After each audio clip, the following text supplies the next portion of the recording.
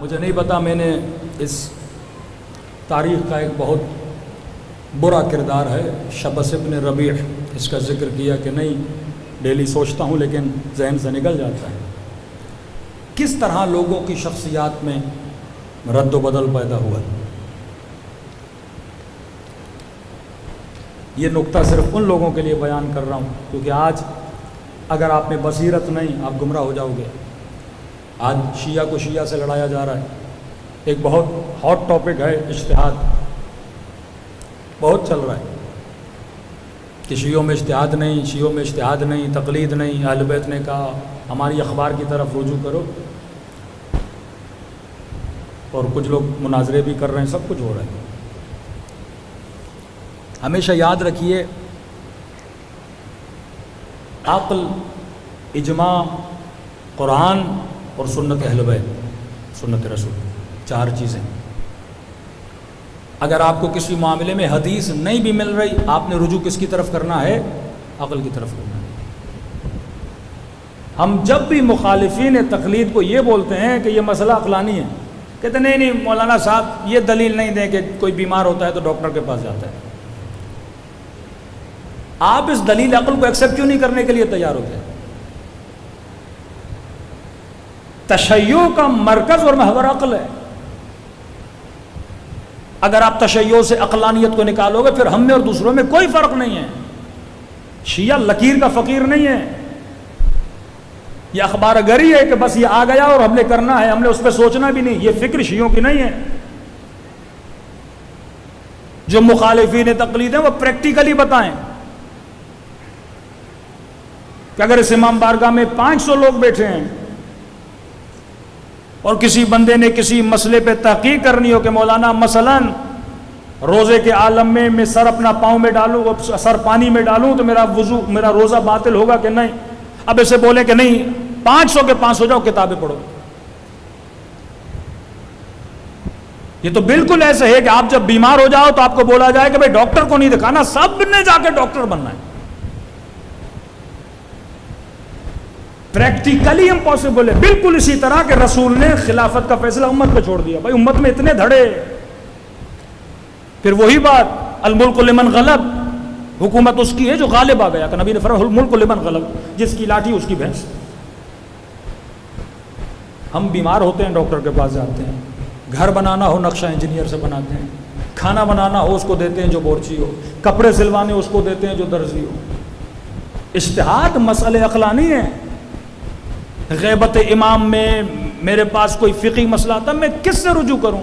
دو راستے ہیں، یا خود جا کے کتاب اٹھاؤں، ہزاروں حدیثوں کو پڑھوں اور نتیجہ نکالوں، دوسرا یہ ہے جو بندہ پڑھا لکھا ہے اس سے پوچھوں۔ اب وہ پڑھا لکھا کیسا ہونا چاہیے؟ معصوم نشانیاں بتاتے ہیں کہ وہی جو شرائط امامت کی ہیں، یہ ایک درجہ کم تر ہے۔ امام کون ہوگا؟ عالم ہوگا۔ امام کون ہوگا؟ عادل ہوگا۔ یہی شرط ہے آپ کے مجتہد کی۔ سائن للنفس سے وہاں شرط معصومیت ہے، یہاں شرط ترک گناہ ہے۔ اس سے پوچھو جو سیانت نفس والا ہو، متقی ہو۔ اگر امام نے نہ بھی کہا ہو، عقل بھی کہتی ہے بندہ ایسے بندے سے پوچھے جو متقی ہو، جو خیانت نہ کرے معصوم کے فرمان میں، جو پیسے لے کے جھوٹی فتویٰ نہ دے۔ کا پہلی چیز سیانت نفس، عادل ہو، عالم ہو، جاہل سے نہ پوچھنا، جس کو کم از کم ہمارے علوم اور اخبار میں کیا ہو؟ تبحر حاصل۔ اب دیکھا کہ اس عقلانی دلیل کا کسی کے پاس جواب نہیں،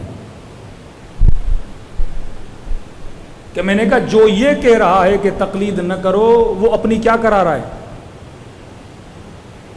انڈائریکٹ تقلید کرا رہا ہے نا، کہ اسی کو لوگ فون کر کے کہتے ہیں اچھا یہ بتائیے زنجیر زنی کریں کہ نہیں؟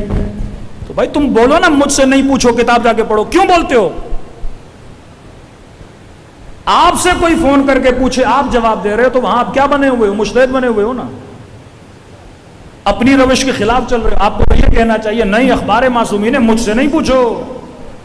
مطلب آپ سے پوچھے تو صحیح، سیستانی سے پوچھے تو غلط ہے، آپ سے پوچھے تو صحیح، سید علی خامنئی سے پوچھے تو غلط ہے۔ تو بھائی یہ تو پوچھنے والے پر ہے نا، وہ آپ کو زیادہ متقی مانتا ہے یا سید علی خامنئی کو زیادہ متقی مانتا ہے؟ وہ آپ کو زیادہ عالم مانتا ہے یا سید علی سیستانی کو؟ ہر بندے کی اپنی مرضی ہے۔ پوچھنا بالآخر میں نے عالم سے، انسان پیدا ہوتے ہی تقلید کرتا ہے، پیدا ہوتے ہی بچہ پیدا ہوا، بولنے میں ماں باپ کی تقلید، چلنے میں ماں باپ کو دیکھ کے چلتا ہے، اسکول گیا ٹیچر نے کہا اے سے لکھو، اے لکھنے کی انسان تقلید سے بچ نہیں سکتا، لکھنے میں، پڑھنے میں، چلنے میں، ڈرائیونگ میں، ہر چیز میں انسان نقل کرتا ہے، جو نہیں آتا اس سے پوچھتا ہے جس کے پاس علم موجود ہے۔ اگر کسی نے پیدا ہوتے تقلید نہیں کی وہ یا نبی ہے یا علی ہے۔ جو کسی دنیا کے مدرسے میں نہیں پڑھے، جو اللہ کی دربار کے یہاں سے علم لے کر آئے۔ اب میں نے دیکھا کہ انہوں نے دیکھا کہ بھائی ہم تو اس کی دلیل نہیں دے سکتے، اب کیا کرتے ہیں؟ کہتے ہیں ٹھیک ہے لیکن خمس نہیں دو ان مجتہدوں کو۔ کبھی غور کیا کرو، آئے ولایت ہے نا، انما ولیکم اللہ والرسول والذین آمنوا الذین یقیمون الصلاۃ ویؤتون الزکاۃ۔ ولایت کے ساتھ اللہ نے زکوٰۃ کا ذکر کیا ہے۔ نظام ولایت نہیں چل سکتا جب تک امت پیسہ نہ دے، یاد رکھیے گا۔ شیعہ پیسہ دے گا تو نظام ولایت چلے گا، یا اپنی جیبوں سے خمس دے گا تو نظام ولایت چلے گا۔ جو نہیں دے رہا وہ خیانت کر رہا ہے نظام ولایت سے۔ آپ کے حوزے اگر پیسہ نہیں ہو کیسے چلیں گے؟ کتابیں کیسے چھپیں گی؟ مدارس کیسے چلیں گے؟ علماء کیسے بنیں گے؟ نشر و اشاعت کیسے ہوگی؟ تفاسیر کیسے لکھی جائیں گی؟ سب پیسے سے ہوتا ہے۔ یا سوا گھنٹہ عارف کاظمی مجلس پڑھتا ہے، پنکھے چل رہے ہیں، لائٹ چل رہی ہے، آپ بولو امام بارگاہ کو ہم پیسے نہیں دیں گے، خود کراؤ، بل آتا ہے بھائی، پیسہ لگتا ہے۔ کوئی نظام بغیر پیسے کے نہیں چل سکتا۔ فرمایا ولایت زکوٰۃ کے ساتھ، پیسے کے ساتھ، یؤتون زکوٰۃ، پیسہ ہوگا تو یہ نظام چلے گا۔ اب دشمن کیا چاہتا ہے؟ پیسہ کم ہو جائے، کیونکہ ہمارا نظام ولایت کبھی بھی حکومتوں کا محتاج نہیں رہا، یہ بات یاد رکھیے۔ اہل بیت نے ہمیں انڈیپینڈنٹ سسٹم دیا، اس اعتبار سے آپ کے مسلمان بھائی بہت غریب ہیں، کیونکہ وہ اپنے مولویوں کو پیسہ نہیں دیتے۔ آپ کا نظام مضبوط ہے کہ ایک آیت اللہ شیرازی اس زمانے کے استعمار یو کے کی پوری کارخانوں کو بٹھا دیتے ہیں اپنے ایک فرمان سے، ایک سعید علی سیستانی امریکہ کو اٹھا کے پھینک دیتے ہیں عراق سے، ایک خمینی ایک تقریر کرتے ہیں کہ میں شاہ کو اس تخت سے اٹھاؤں گا اور بٹھا کے دکھاتے ہیں۔ یہ آپ کی طاقت اجتہاد ہے۔ اب مجتہد مضبوط ہوتا ہے خمس سے، پیسہ نہیں ہوگا مجتہد کیسے مضبوط ہوگا؟ اب کا دیکھو کہ بھائی خمس نہیں دو کا کیوں؟ کہ ان کے وکیل بڑے چور ہیں۔ دوسرا حربہ کہ وکیلوں میں چوری بہت ہے۔ میں بھی مانتا ہوں وکیل بڑی گڑبڑ کرتے ہیں، لیکن سیستانی تو گڑبڑ نہیں کر رہے نا، سید علی خامنئی تو گڑبڑ، کوئی یہ کہہ سکتا ہے آغا سیستانی خورد بہت کرتے ہیں، علیہ باللہ۔ ہاں انہوں نے کسی کو وکیل بنایا ہے۔ اب آؤ تاریخ میں، شبس ابن ربیع جنگ نہروان میں علی نے اس کو علم بردار بنایا، 3 علم بردار، ابن عباس، جناب انصاری، شبس، کہ جب سب کو مار کے یہ واپس آتے ہیں 10 لوگ بچ جاتے ہیں، جس میں قطامہ کا باپ بھی مارا گیا، بچنے والوں میں ابن ملجم بچا۔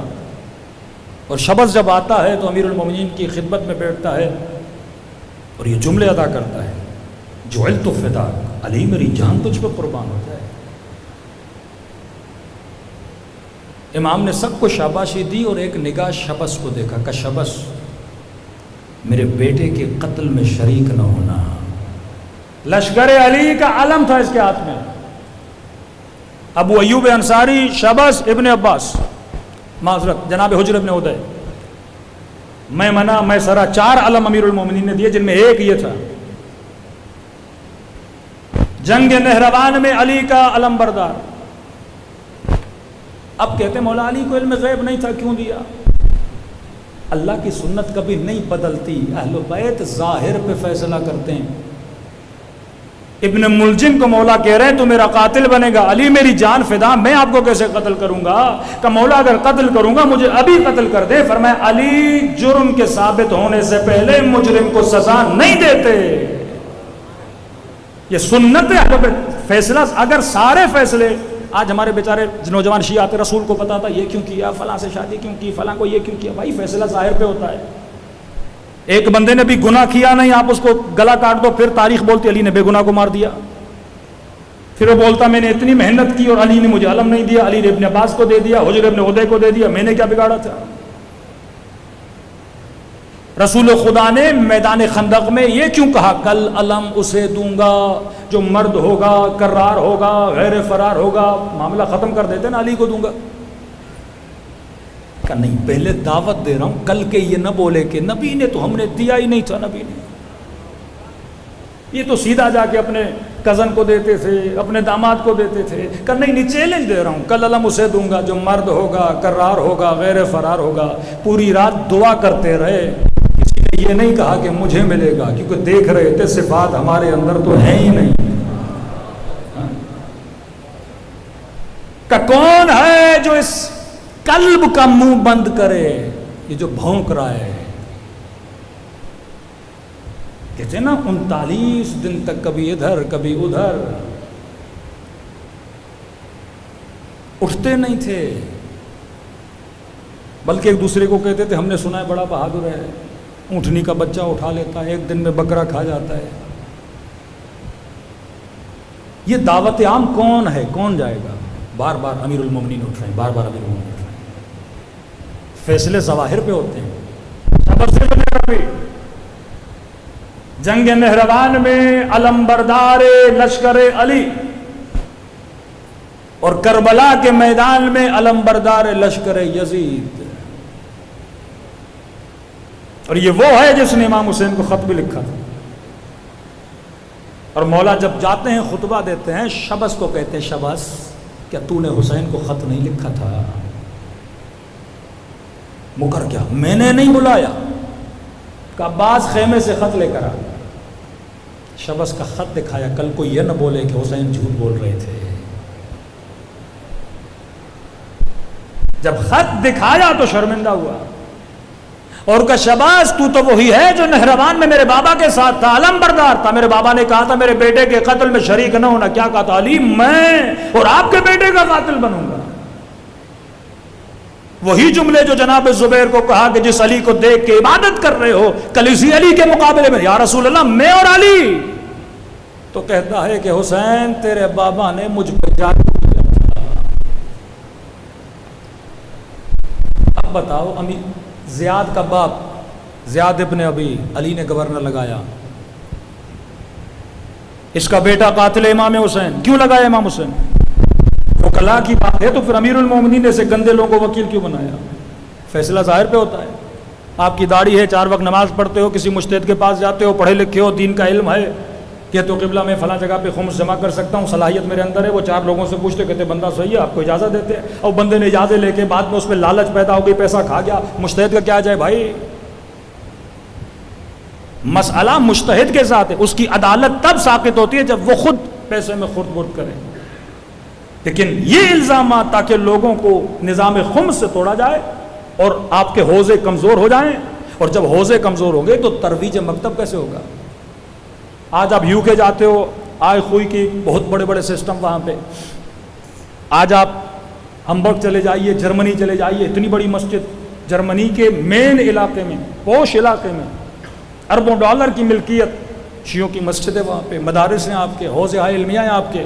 افریقہ آپ کو نہیں پتا، چلے جائیے بلال فاؤنڈیشن دیکھیے، کتنے کالوں پہ کام ہو رہا ہے، سہیلی لوگوں پہ کام ہو رہا ہے. یہ مذاق ہے کہ نائجیریا میں 10 ملین سے زیادہ لوگ شیعہ بن جائیں. یہ آپ کا نظام خمس. اور کچھ ایسے لوگ جو 4 اچھی باتیں کر کے آپ کے جوانوں کو اٹیک کریں اور مجتہدین پہ اٹیک کریں اور خمس کے نظام پہ اٹیک کریں، تاکہ اگر خمس کا نظام کلیپس ہو گیا آپ کے حوزے نیچے گر جائیں گے. اگر کوئی تقلید نہیں کرے گا، اجتہاد کا نظام ختم ہو جائے گا. اس کے بعد ترویج مکتب تشیع کیا ہو جائے گی؟ ختم ہو جائے گی. جب تک آپ کے اندر مرکزیت نہیں ہوگی، جب تک آپ کے اندر لیڈرشپ نہیں ہوگی، تب تک یہ نظام نہیں چل سکتا. اور یہی لعین کہتا ہے حسین تیرے بابا نے مجھ پہ جادو کیا. امام حسین خطبے کو جاری رکھتے ہیں اور اتنا بدبخت وقیح کہ ابن سعد کو کہتا ہے ابن سعد تو نے ہمیں حسین کو مارنے کے لیے بلایا ہے یا حسین کی تقریریں سنانے کے لیے بلایا ہے؟ اس وقت یہ لعین ایک نظر کرتا ہے، کہتا ہے حسین میں نظر کر رہا ہوں اللہ کے دربار میں، تجھے قتل کرنے کے بعد تبرکن کوفے میں ایک مسجد بناؤں.